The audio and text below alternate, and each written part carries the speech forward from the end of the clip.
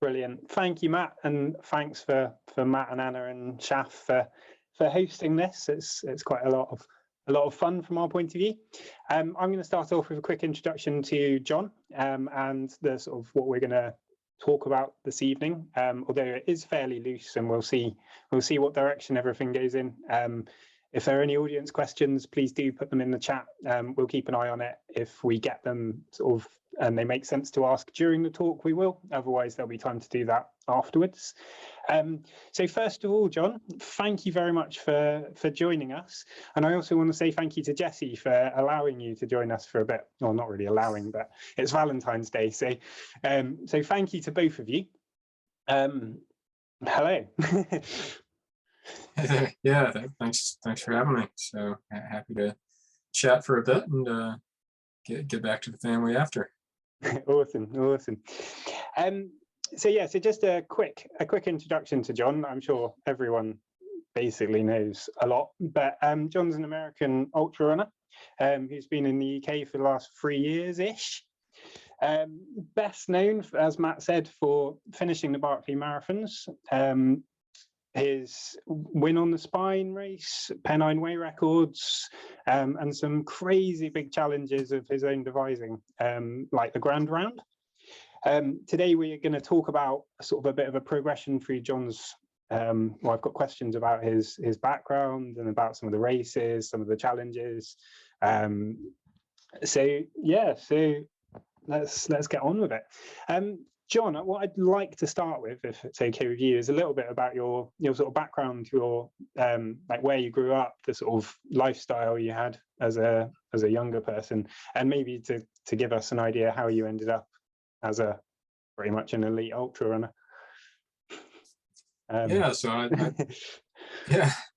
I grew up in East Tennessee, which is in the southeast U.S. Kind of, I guess the best points of reference I can give people if they've seen the TV shows Beverly Hillbillies or Dukes of Hazzard. Those are my people. So my family's been there for a while as a cattle farm.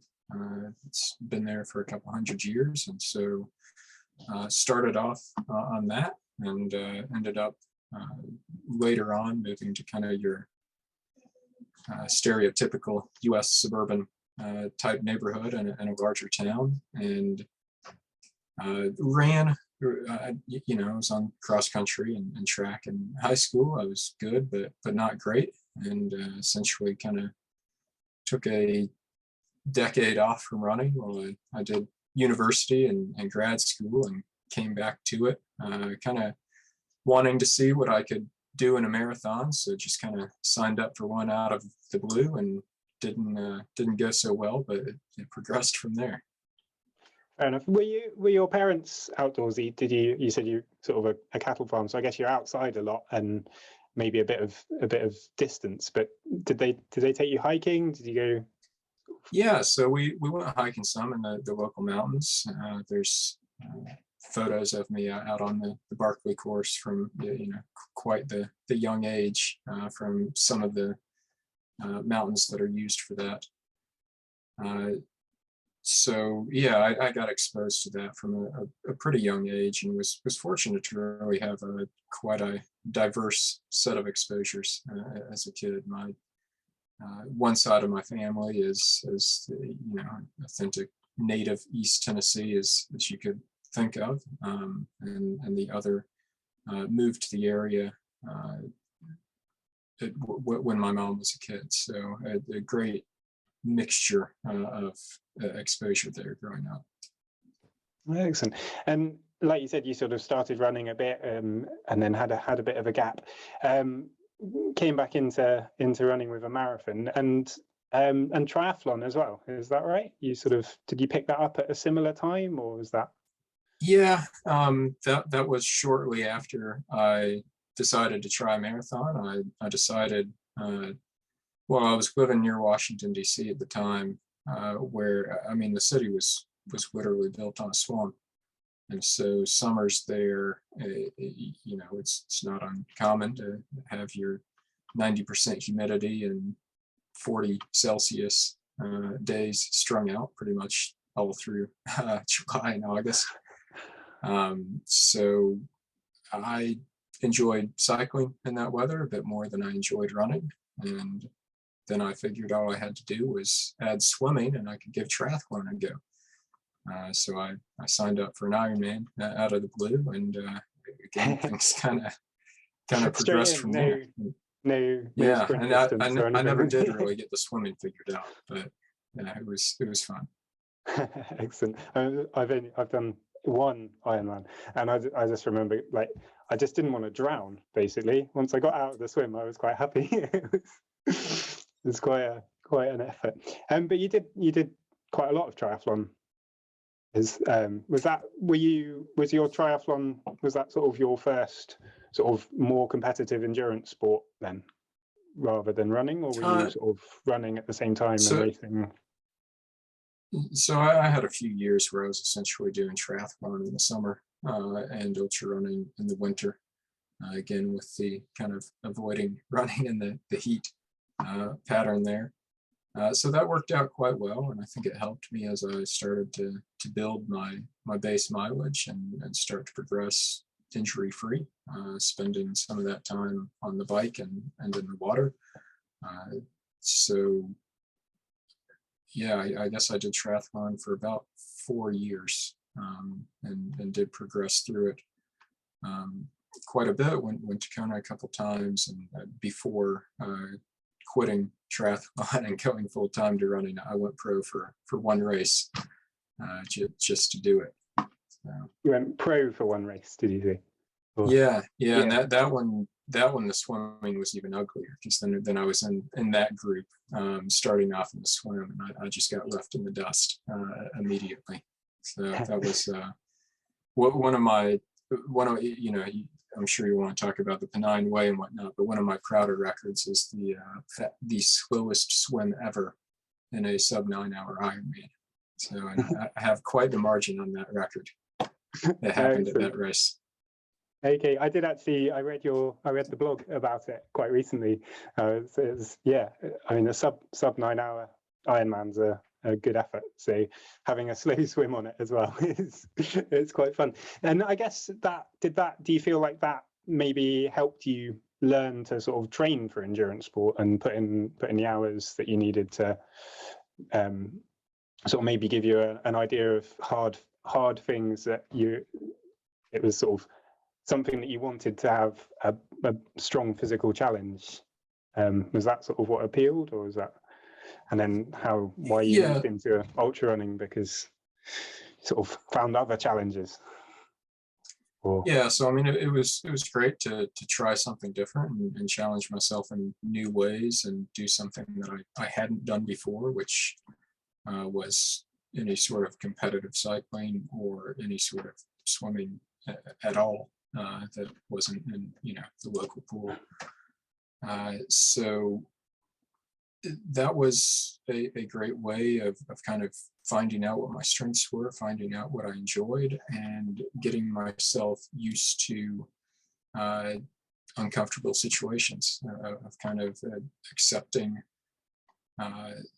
obstacles that were on the way to the goal as something that I needed to take care of, and that's kind of how I viewed swimming and the triathlon as something that I needed to overcome to get to my eventual goal. And most most ultras or other challenges we take on, there are going to be some aspects like that. And by not shying away from those, I've gotten to experience some pretty unique and great things.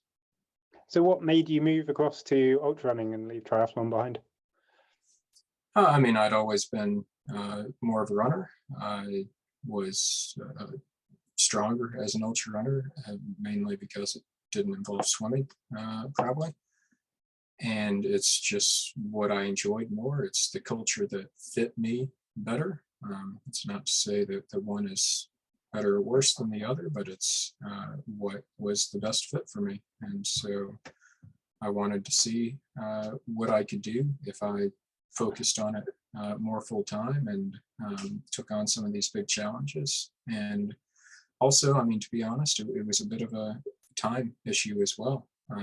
It's ultra running. You can pretty well hit the point of diminishing returns on training if you hit 10 hours a week. And, I could mostly do that as running to and from work on weekdays. Triathlon, between the three disciplines and them being lower impact as well, you can hit, the pros are out there doing 40 plus hours of training a week. And I simply don't have time to do that, to be able to compete at that level.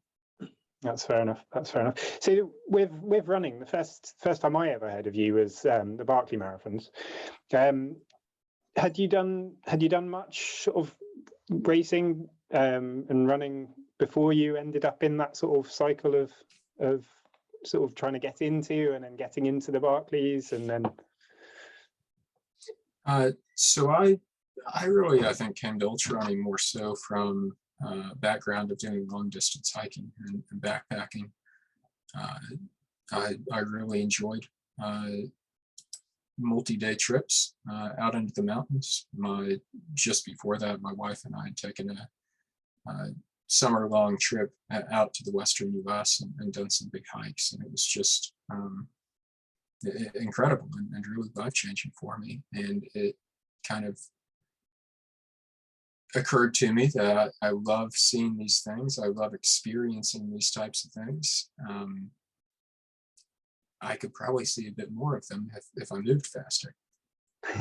So I started doing a bit of trail running and started doing some sort of low-key informal events, and things built from there as far as me discovering that there is this world out there of trail running, of things like Barkley, of these crazy challenges and races out in the mountains that people are doing. And it just seemed like a perfect fit. The people that I'd met were amazing people, and I wanted to see where it would take me. Fair enough. Well, I've got some photos now, so we're going to move on to talking about Barkley a little bit more, and I've got a couple of images. So I'm just going to screen share, and we can carry on talking once we've... Oh, no. Brilliant. So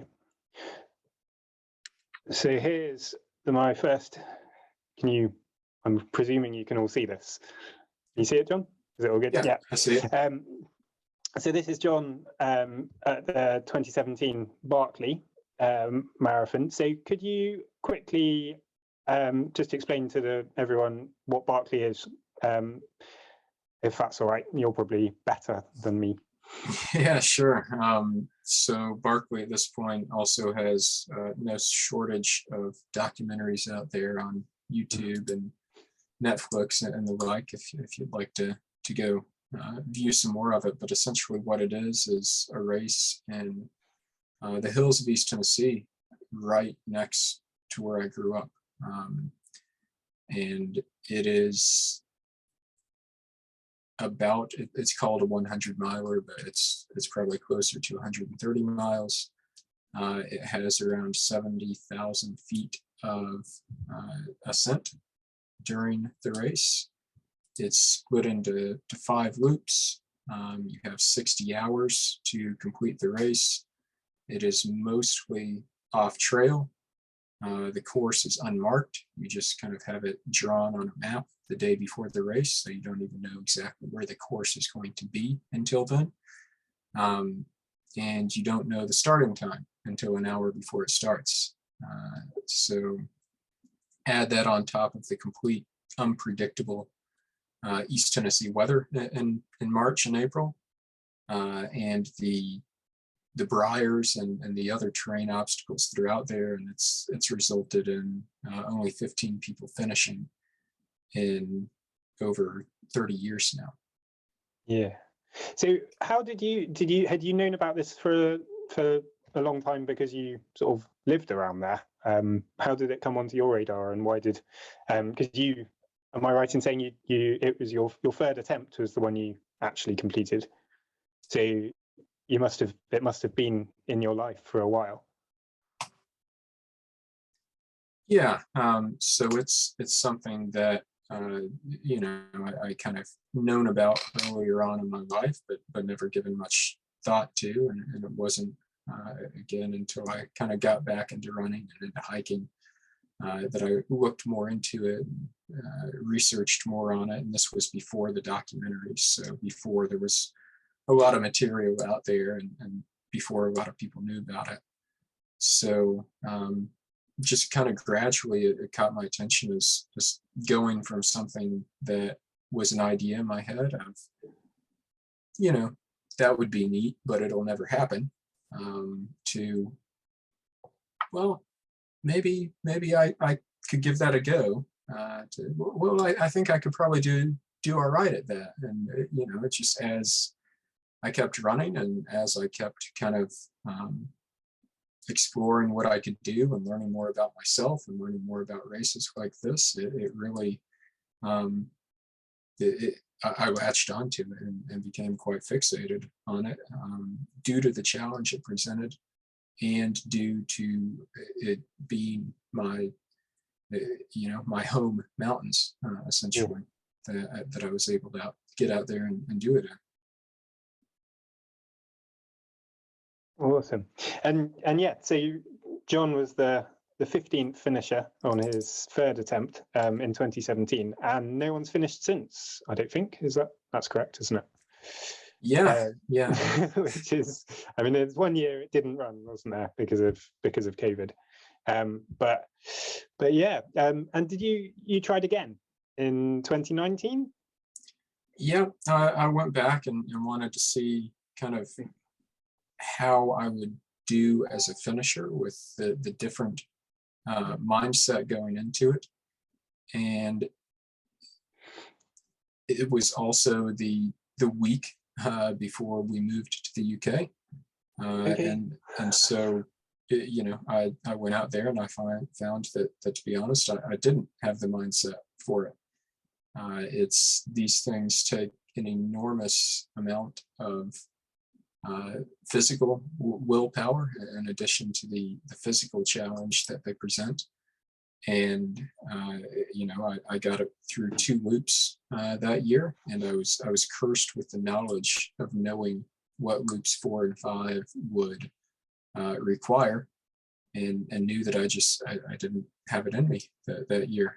So despite being in the lead at the time, I call it quits and live to fight another day. Yeah, that's fair enough. And this photo here is you touching the finish gate at the end of the 2017. You can see the effort and the emotion in your face actually in the photo. It is an amazing Netflix documentary. People should watch it if they haven't already. So yeah, so I guess I'm going to move on actually. So after Barkley, John moved to the UK. I didn't realise it was quite so succinctly sort of the week after Barkley, but that's nice. So you moved to the UK for work reasons, I think, mainly. Is that? And Yep. oh, and there's 2019 Barkley as well. Sorry, I forgot that one. So we moved to the UK. Did you come over here with like a list of races or a list of challenges? Had you planned a sort of lots to do, or did you come over here and sort of check out the scene and find? Have you been here before? I've got lots of questions, but sorry. I mean, I had visited the UK and the years before that, occasionally for work. So, you know, when I came over here, it was just a whole new set of places that I could explore. New races, new terrain, new cultures, new everything. And so that extended both within the UK and into mainland Europe, which I had never been to before. So I was quite excited by getting to do all of this. And to be honest, that first year put a bit too much on my plate. Did a bit more races than I should have, and didn't have the best results due to that. I had this one here is Lavaredo, which was, as you can see there, it was beautiful. Yeah. And I certainly enjoyed that aspect of it. And my first trip to Italy, which a pizza fan like myself had long been waiting for that. But I didn't perform up to my own expectations, and ended up getting after the race, I got airlifted to an Italian hospital because they mistook.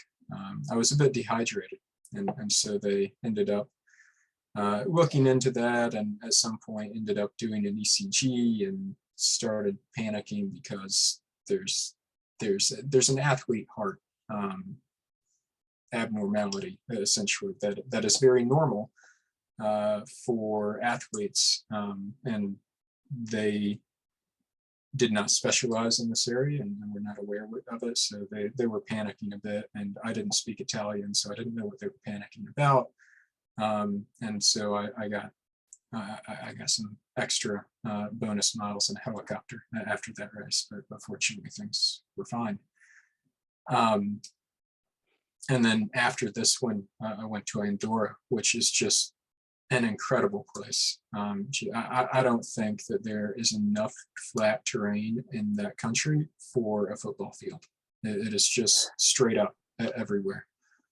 But that resulted in my first ever DNF in a normal race. Normal race meaning not Barkley. Again, I was a bit overextended for my schedule, and it was hotter than the UK climate that I had adapted to by that point. And so I was out, I think about 50K into it, partially with the thought on my mind that I had Tour de Giant just about a month later. So again, I really had things stacked tightly together that first year. Yeah, which, I mean, if you could do any of those again, are there any that you'd like to revisit, or are you? Well, unfortunately, the race in Andorra no longer exists, so I'll never be able to get redemption on that one. Hope to visit the area and go through those mountains still sometime, but it was an unfortunate casualty of COVID. Tour de Giant, I went back to this past year and had that was my second DNF in a normal race. Actually, I had a large number of things going on at the time, between the altitude and the heat and life stresses that resulted in sort of a perfect mixture that gave me rhabdomyolysis, which is quite a scary condition that can lead to kidney failure if not treated properly. So it's something that I had never experienced before. This is, I'd gone harder before in hotter weather, higher altitude, farther, but it was just this unique mixture of circumstances that led to that. And I was out after just 50 miles and a 200-mile race. So I'm still certainly looking for a podium finish on that one. And if nothing else, just want to return back to the areas. It's just such a beautiful place, and enjoyed my time there, regardless of the race. Yeah, I mean, the photos will look absolutely amazing, and the Alps is brilliant, isn't it? It's nice. If he was one of the sort of the appeals of moving to the UK for a bit, to be able to sort of explore some of the running races around here a bit more easily, and in the Alps and in Europe. It's obviously much closer from here than from America. I mean, that's a great just a bonus side effect. But yeah, no, it was purely a professional decision for work. Fair enough. I had a couple of questions, actually about the Barkley more than, so I've moved slightly ahead. The first one, Jonathan says, in the photo, the Barkley, it looks like you're wearing a GPS watch, and he thought you were given a simple Barkley watch. I'll go back. It's that one. Is that the Barkley watch? Or you see, because I mean, I'm not sure which picture he's referring to, but the simple answer is no.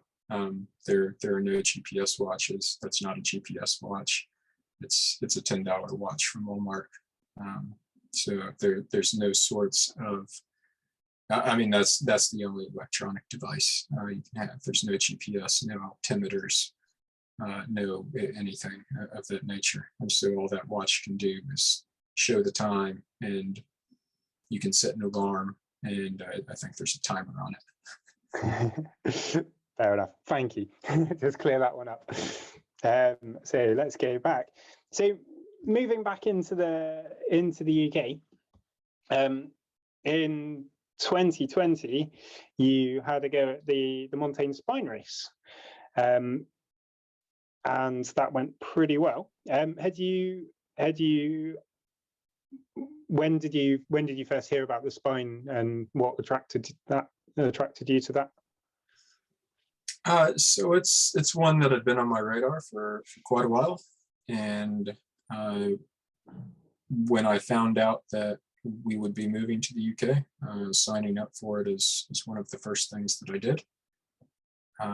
So it's the kind of thing that plays quite well to my strengths, and is also the sort of thing that it's hard to look at a race like spine and say the sort of thing that I enjoy, but the sort of it's definitely type 2 fun, and there is a bit of normal enjoyment and fun out there as well, but for the most part, appreciating the experience, and getting to see that landscape and getting to challenge myself under those conditions, and just learning such a great deal along the way. Did doing the spine race influence your sort of idea to try the Pennine Way record later, or had you already thought about the record for the Pennine Way before you did the race? Or no, I'll admit I hadn't thought of that at all until after I did the race, and I got to thinking, because there was a lot of talk with the race about the times and about various course records and whatnot. And to be honest, when I was out there on the spine, I was racing. My focus was on the other competitors that were out there with me, and finishing ahead of them, which is an entirely different strategy than racing the clock. And it did put into my head, well, it would be kind of fun to just race the clock here, and to see what I could do under a bit better conditions than what you have in January. So summer conditions with the support crew, and once I started researching it and learned more about Mike Hartley's record that had stood for so long, and I felt that again it was that sort of challenge that was just it was right there. It's something that was just out of reach, that maybe I could do it if I extended myself. There was a high probability of failure, but that's the sort of thing that to me really drives me and really drives improvement. Is that sort of thing that you're not quite sure that you can reach it, but maybe. Yeah. So having done the spine, then you at some point had this, like, maybe we could go faster. What would happen? Because you did then try it in the same year, didn't you? In the summer, your first Pennine Way record. Yeah. Here we go. So Mike Hartley's record, he set in 1989, and it was 65:20, I think. So you had a go in the sort of in 2020. Could you tell us a little bit about your first record? So it was a tough one, to be honest. I mean, I won't try to sugarcoat that. I had some stomach issues during the attempt, which afterwards kind of was fairly confidently diagnosed as an ulcer. And so I wasn't really able to eat much. That affected my energy, my sleep, my feeling the entire time. And I was quite thrilled to still get the record with that, and I owe a lot of that to the amazing support crew that I had with me throughout, helping see me through those difficulties. Both you see Rye Webb there behind me, who he was with me for the longest of any of my support runners. I think he was with me for over 50 miles, I'd say. And during part of the worst stretch, and just, you know, every 5 minutes, "Hey, John, you want a jelly baby? You should eat a jelly baby, John." You know, just trying to get me this slow drip of a few calories here and there to get something into me. So I was going to say, how did your nutrition, like, what was it? Because in the spine race, it's like there's drop bags and aid stations, but you're self-supported in that you're carrying everything. Whereas when you're doing the record, you can, like, people will, like you say, feed you jelly babies. What was your nutrition? What were the sort of the differences in your nutrition strategy and between the two? Did you eat similar things, or? I wouldn't say that there was much of a difference, except for the support point food. It could really be much better customized towards my preferences, and having things like pizza available. I ended up relying quite heavily on pot noodle as one of the only things I could get down at support points, versus something like the spine. There's a bit of stuff at support points, but it's going to be kind of the generic things you see at all races. They're not going to be as frequent. So, you know, I had better access and better variety during the Pennine Way, which, you know, if it hadn't have been for that, then I probably wouldn't have been able to eat anything at all, and likely would not have gotten through it. So what makes a really good support crew for you? So it's, yeah, I mean, it definitely helps a lot when people know you and know your kind of idiosyncrasies and the strange preferences that I might have, and how to react to certain problems that I'm having, certain moods that I might be in. Really knowing the runner is a huge benefit when doing these sorts of things. But obviously that was something that I've been incredibly fortunate with since I've come over here, and you know, arriving here as a foreigner, not knowing anyone, and people coming out and supporting me for things like this has just been incredible. So many of them have gotten to know me through that, and know sort of the strange food preferences that I might need, or the types of motivation I might need, whether it's encouragement or tough love or whatever else. And also when I might need to actually take a break and sleep versus pushing through it. So you know, it's tough enough to learn these things about yourself as a runner, but when crew starts to learn that sort of thing, it's invaluable, because I might not be at a good state of mind to remember those things about myself when I'm 2 days in to something like this. And so the crew are the ones that are going to have a much clearer head for the big decisions. So have you had similar crew members for your, because you've done the sort of Pennine Way record twice, and the Grand Rounds, Wainwrights, things like that. Have you used similar, like, have you got the same crew coming out with you, or is it sort of who's available on these dates? And Yeah, so there's been a lot of overlap between them.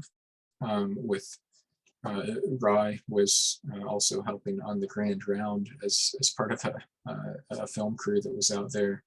I think I saw Sharon Dyson slip in here somewhere, who has been on road support for the Pennine Way, as well as for my Wainwright's attempt last year.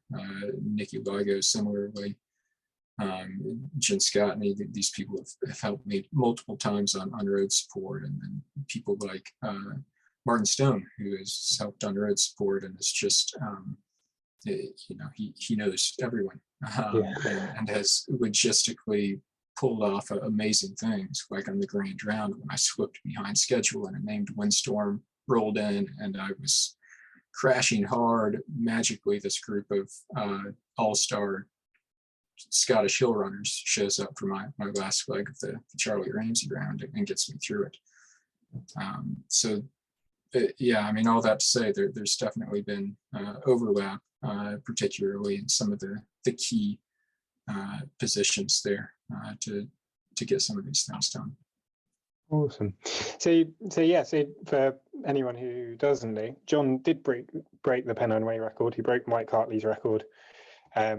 And brought it down to 64 hours 46, and then Damien Hall went and broke it again about a week later, and then John tried again this last year, and brought it down fairly considerably to 58:04, and you also did it north to south on your faster attempt. Do you think that was faster than south to north, or do you think it was other, like the sort of the stomach issues and things like that made more difference? So north to south is the direction that Damien and Mike Hartley had done it. The spine race goes south to north, and that was a big reason for my initial choice in 2020. Was familiarity with that direction. I do feel like for me, at least the north to south direction was better. The toughest part, or at least the hilliest part of the entire thing is the Cheviot, which is at the very northern end, and then Crossfell is the highest point, which is also in the northern half. So getting the Cheviot out of the way immediately while you're fresh, getting Crossfell out of the way within that first 100 miles before you start to hit that kind of sleep deprivation wall and other issues that can pop up. That was definitely big, I think. And also there's an element for all of us, Damien, myself, and Mike Hartley, going north to south is running home. And so I had the bit of added motivation at mind that if I finished in time, my family would be able to meet me there at the finish. Or if I took too long, then the kids would have to be in bed and the pub would be closed. So it was a good bit of added motivation there on the timing. Oh. There is a really nice photo. I didn't want to put it up here because I didn't know how you felt about putting your kids up, but on the thing. But there's a really lovely photo of you sitting in, you're probably sitting in a plant pot, but with Jesse and the kids. It's very cool. It's nice to have a. I mean, you've obviously got a really strong, supportive family, which is really cool to see. So you've done the Pennine Way a lot. Anyway, what's the best bit? What's your favourite bit for running? Not necessarily while you're doing a record, but if you could go back and just run a section, which bit would you go? Yeah, I think there between Middleton and Dufton along the River Tees. You've got the high forest and low forest waterfalls, and then you go up Cauldron Snout, and then you go down it if you're going north to south. Going up is that part is better. Going south to north, you get a better view. But then also hike up Nick just there before Dufton is, in my opinion, the most beautiful part. That's this, isn't it? See. That's this photo. Yeah, yep, Yeah. that's it right there. Nice. Excellent. Well, thank you. I think I'm good on the Pennine Way now. And I haven't had any more questions come through. So I'm going to move on to the Grand Round, which is it your, I know Mike Hartley did sort of the free but drove in between them. So it's sort of your, can I say it's your idea? Yeah, I mean, to be honest, I didn't know that Mike Hartley had done that when I started putting these plans together. And you know, there used to be a joke, and well, in America at least, that whenever a comedian came up with something, or a TV comedy came up with something, The Simpsons had already done it. That The Simpsons had already done everything. That's what I felt like. You know, I looked at putting this together. Mike Hartley's already done it. Pennine Way. Mike Hartley's already done it. So you know, I'm in awe of what he was able to do. And again, especially just given the changes in technology and gear and everything else, information available over the past 30 years, what he was able to accomplish is incredible. But this is one, so it's the three big fell running rounds, the Paddy Buckley in Wales, the Charlie Ramsey in Scotland, and of course the Bob Graham and the Lake District. And so when I again found out that I was moving to the UK, I started looking into what can I do? What can I do in the way that I would most enjoy it and challenge myself? And again, kind of going back to what I mentioned at the outset, that you know, if I move faster, I can see more things. And so in doing this, I got to see just incredible terrain in three very distinct regions of the UK, and I got to ride my bike between them and see everything on the way. And so that really combined my passions of mountain running and road cycling to be able to do this. Awesome. It did look amazing. So you completed it on your second attempt. Is that correct? So yeah. So this was again yeah. So it's quite a big undertaking, even for John Kelly. This was again something where that first attempt and failure was the biggest and quickest way of learning. You know, there's so much that I took away from that enabled success on that second attempt. So yeah, I've got a couple of. There's a picture of which effort was this? I wasn't sure which. That's yeah. So that's the second effort where PH Balance was out there, and you see the fancy super bike that I inherited from my triathlon days there. It was great to put it to a bit of good use again for this. Yeah, I did think it's of all the people who are doing the like the big fell running rounds, being able to jump on that type of bike to get in between them's probably saved quite a lot of effort. Yeah, and to be honest, that's also one reason I moved away from triathlon, was the steep gear cost to be able to be competitive at the top, and I very much appreciate in ultra running, you know, get a pair of shoes and a pack and you're good. Yeah. How did you find the Grand Round? So like, because is that like Barkley and the sort of Pennine Way and things like that are around sort of 60-ish hours, whereas the Grand Round sort of doubling that.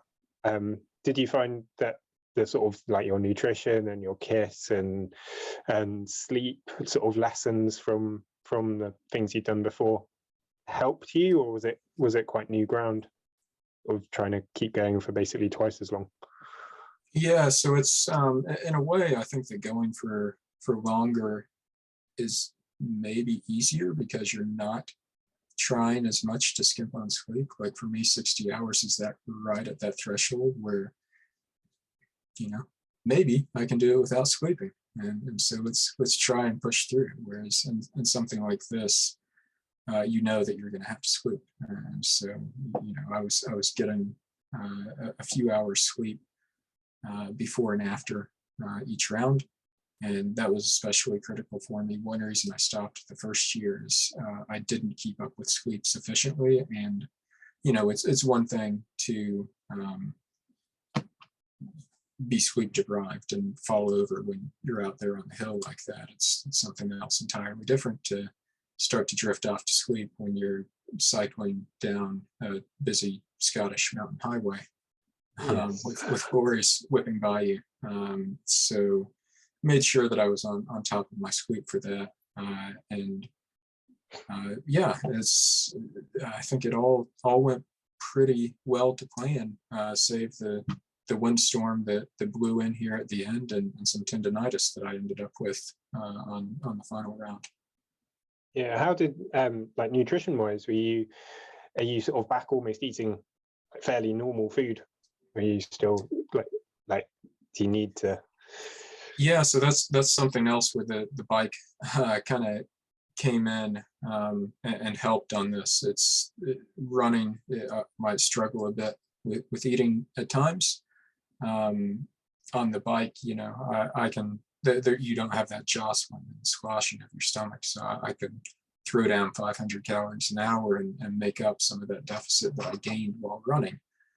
And also this just overall being a bit of a lower intensity, running or eating is generally a bit easier, and kind of got to the point where near the end of the Charlie Ramsey round on Aonachmore, which is the last summit before Carnmore Dearg and Ben Nevis,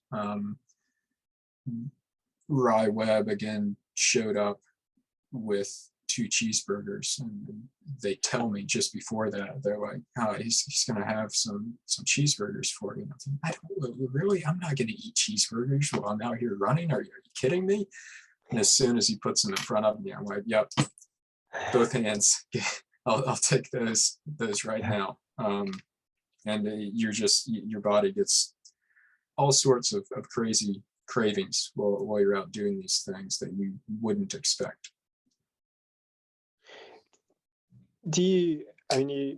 I've seen lots of like the pictures while you were doing the Pennine Way record and things of like big tubs of like American cakes and things like that. Like how scientific are you about your nutrition? I guess I'm trying to say, are you really careful about sort of calories sort of per hour or anything like that, or is it more what you fancy, what your body wants, what you can cope with, having already been going for however many hours? Yeah, for me, it's largely been about what I could get down, and so get down whatever I can. Get down more if I'm at a support point, or if I have a big climb coming up, or if I'm going to sleep for a bit. But then always have different options available that again can satisfy some of these crazy cravings that I might get, or these crazy aversions that I might get to things that I would normally love. So having a lot of options has always been key to me, and that's why there are those big tubs. There's no way I'm actually going to eat all of that. But I think going forward, I'm also going to try to be a bit more strict and simplify what I use a bit more, as I have continued to run into some stomach issues recently, and I've kind of done a purge and reset of what I eat for these things, and slowly reintroducing them to find if there's one in particular, or a few that were kind of the culprits and causing problems for me. Are there any foods that are sort of guaranteed to make you smile and perk you up, or is it? I don't think I've ever had an issue with pizza and ice cream. Those are kind of my two, and ice cream is of course tough to get it requires you having a freezer or really good timing to meet the runner.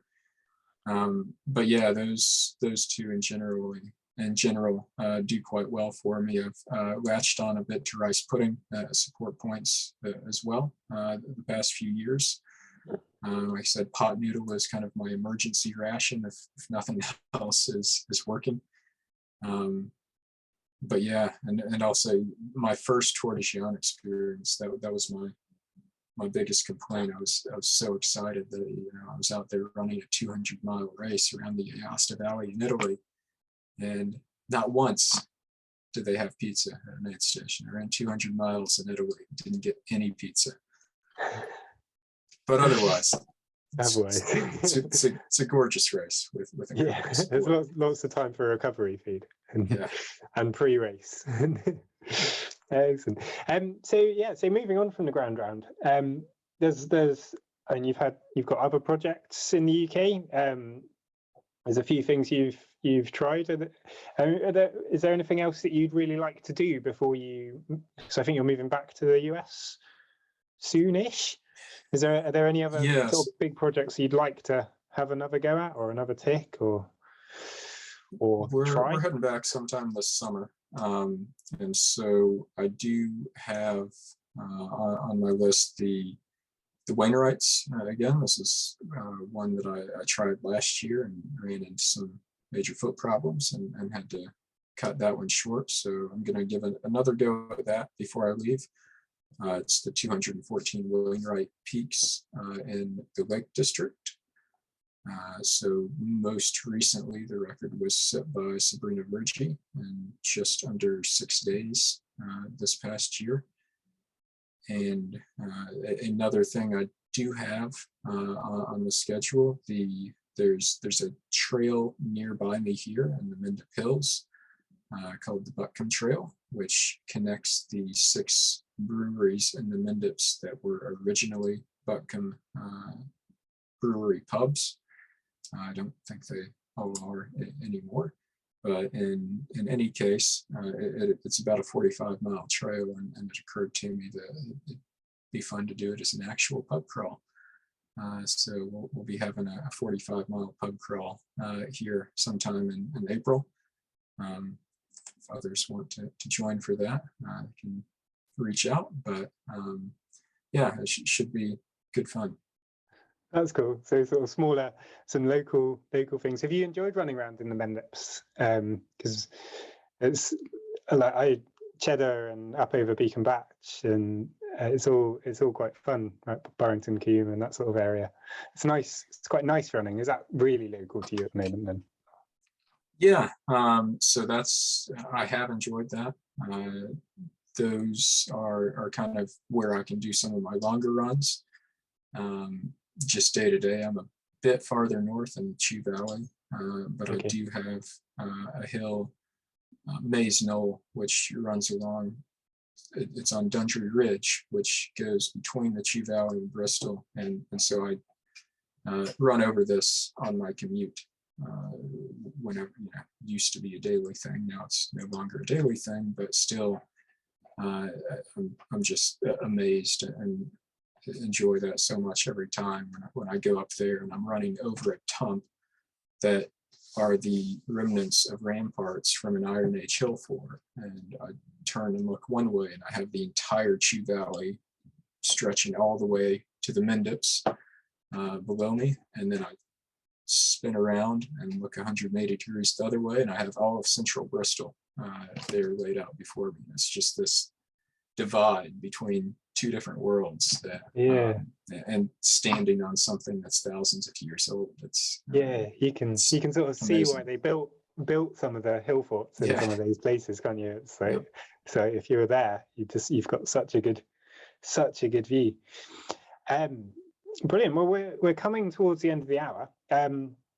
I heard that you might have a place at Hard Rock. I do. So I got into Hard Rock this year, and I'm quite excited about that. It's not something that I was expecting to be able to do for another few years, given the typical lottery odds there. So that has shifted my schedule a bit for this year, and be taking that on in July. Excellent. And so is Hard Rock, you, like everyone has to do the lottery, apart from if you win Western States or something, you can get a place? No, I can't remember. The previous top 10? years. No, that's Western States. At Hard Rock, the previous winner gets an automatically guaranteed, but then there are also, I think, 5 race director picks, where the race director will pick a few people at their discretion, but they don't say who those people are. So I don't know which way I got in. Okay. But it'll be a very competitive year. Francois and Killian, who hold the records in the 2 different directions of the course, will be there, and so it'll be exciting. Excellent. Have you done races similar to that before? Sort of distance?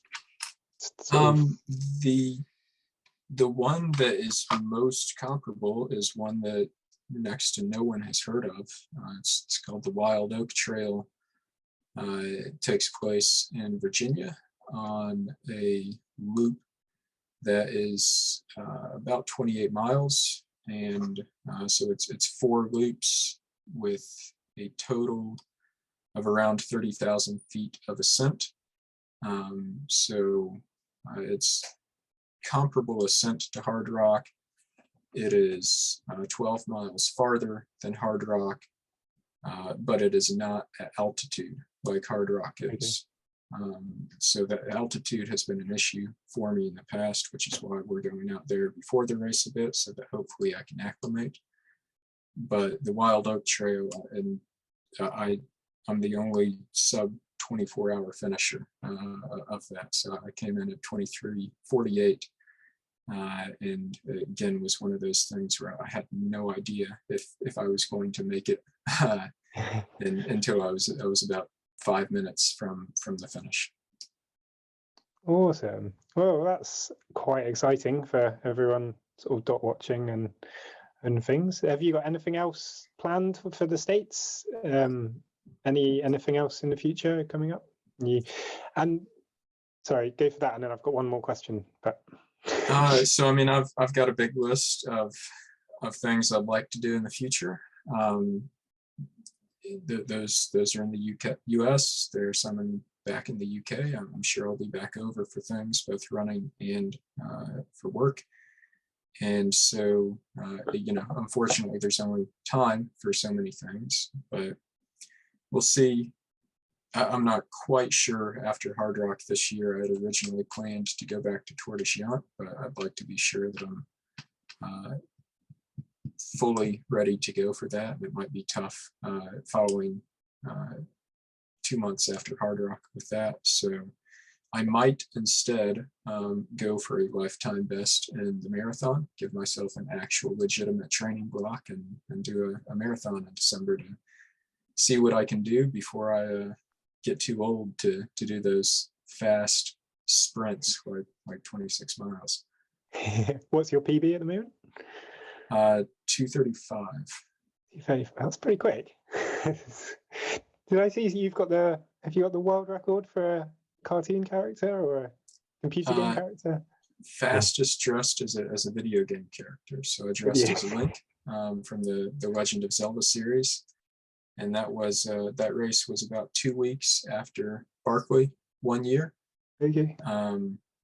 And so I wanted to give myself a challenge and a goal to shoot for, but I knew that I wasn't going to get a personal best 2 weeks after Barkley. So I decided to give a go at that. So it was good fun. Excellent.